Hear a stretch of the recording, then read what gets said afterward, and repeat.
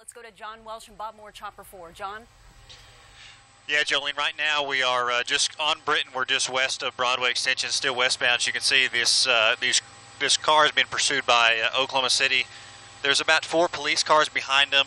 We just picked them up at Eastern and Bryant here. The chase started a little bit farther southwest of our location here. The guy is pretty much going through stop signs, in and out of traffic here. At times he's been doing 40 miles an hour, and then the fastest speed that we've seen so far is about 80 here. So we're getting into a little bit of a congested area coming up on Western here off of Britain. So, it kind of bottlenecks down here to one lane as he crosses the railroad tracks. There's still some parking on the right side. So we'll just stay up here and see exactly what happens. Now he's north on Western here. So we're not exactly sure what started this chase or, anything other than that. But, you can still see we're north on Western here from Britain being chased by 4 patrol cars here, Jolene. John, what kind of vehicle is that? Is that an SUV? Yeah, it looks like a little Mercedes SUV.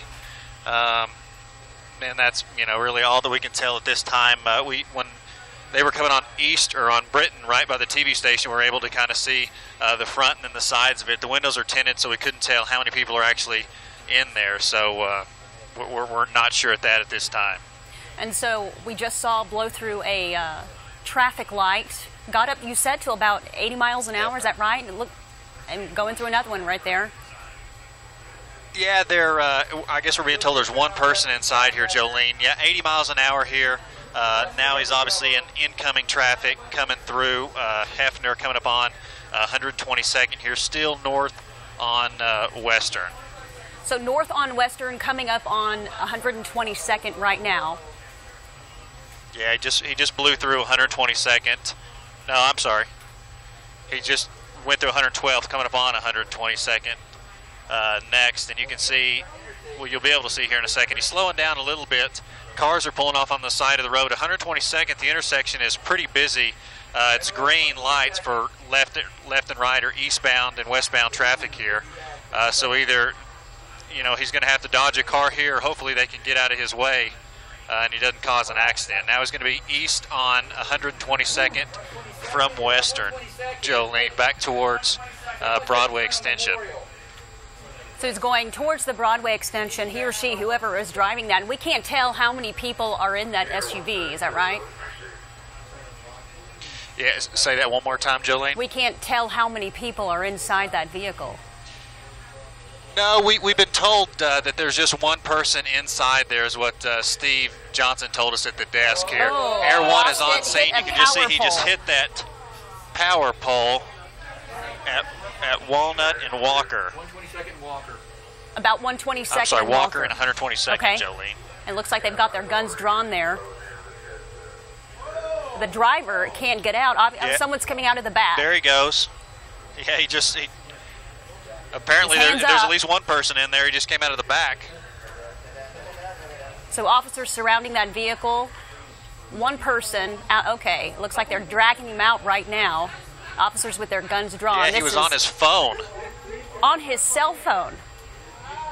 Yeah, obviously he came out of there with his hands up. Uh-huh. And then pulled the second hand down, and he was still talking on his cell phone here. So they're about to get him into custody. Uh-huh. Then they'll be able to see if there really is only one person in the car, Jolene. And it doesn't look like he is helping them out at all. Okay, he's out of the vehicle now, he's on the ground. Yep, and one thing we're curious to see now is there going to be some power issues associated with knocking this power pole down. Thankfully, it didn't come down on the police officers there, but obviously there's going to be a little bit of a cleanup here. Well, it's definitely not stable right now, and it looks like they are hitting the windows there to see if there's anyone else inside the vehicle and what's going on in there, as they have the suspect on the ground. Again, this is 122nd and Walker, where a chase just wrapped up after the driver of that SUV hit a power pole, lost control while trying to make the turn there, and then crawls out of the passenger back window with his hands up. And John, you said he was on his cell phone, and then really didn't help officers out by climbing out, so they dragged him out. Do they have him in? Yeah, that's right. You know, obviously, in an accident like this, you expect to see some damage, you know, to the individual. Maybe he's injured. He just hit that telephone pole head or that power pole head on, knocked it clean, and then gets out of the back, you know. So, but still with the cell obviously phone to his ear. probably wasn't wearing a seatbelt, and really kind of has no disregard for the police officers giving his commands. Come out of the car. He's still on a cell phone talking. So, sure. A crazy situation here. Luckily, nobody was injured. And that's the good news here, because he blew through several intersections, running red lights, and they were weaving in and out of traffic, going about 80 miles per hour on city streets. And it looks like they've got him in handcuffs at the back of one of those patrol cars there. Again, this is near Northwest 122nd and Walker. Suspect now in custody, and they are placing him in the back of one of those police units. And we know they were looking inside of that SUV to see if there was anyone else inside, a passenger, or if that driver was by himself. It appears it was just the driver, who is now in the back of one of those police units. Yeah, that's kind of what it looks like, Jolene. Obviously, they've been able to break the front windscreen or the windshield out. It doesn't appear there's anybody else in the car. Good news here, nobody hurt. We're not sure about the driver, but obviously not hurt too badly, as he climbed out of the back of that vehicle on his cell phone and now in custody in the back of the police unit there.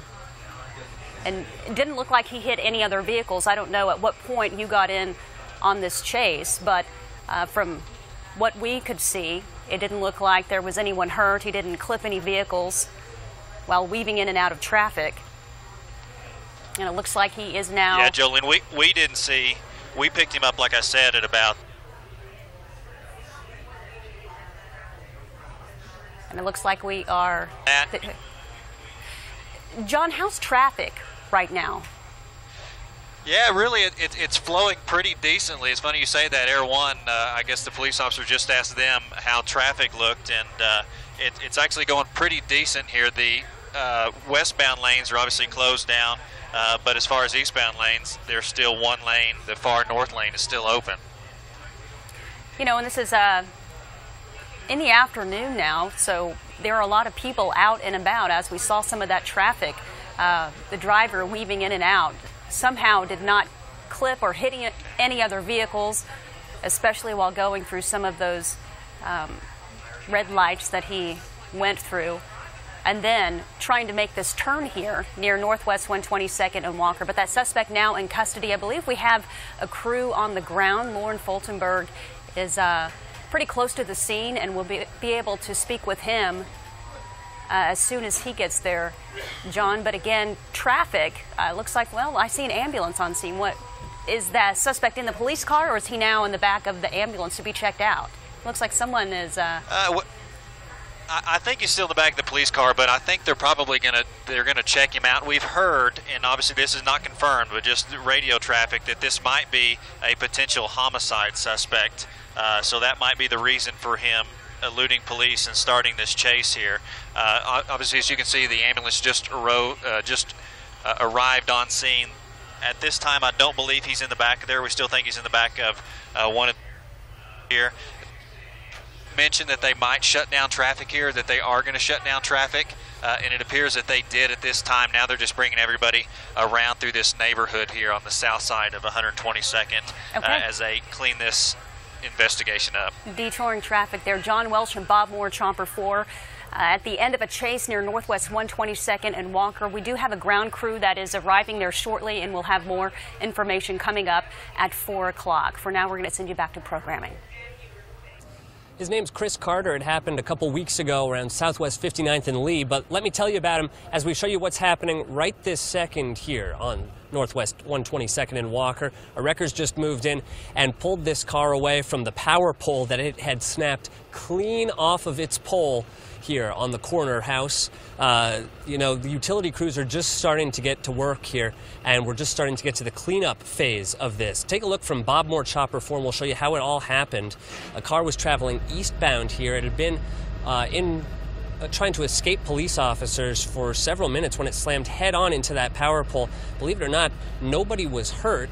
The corner house, though, certainly surprised. They heard this, even though they didn't see what had happened. And now, as we're watching here, the cleanup is certainly underway.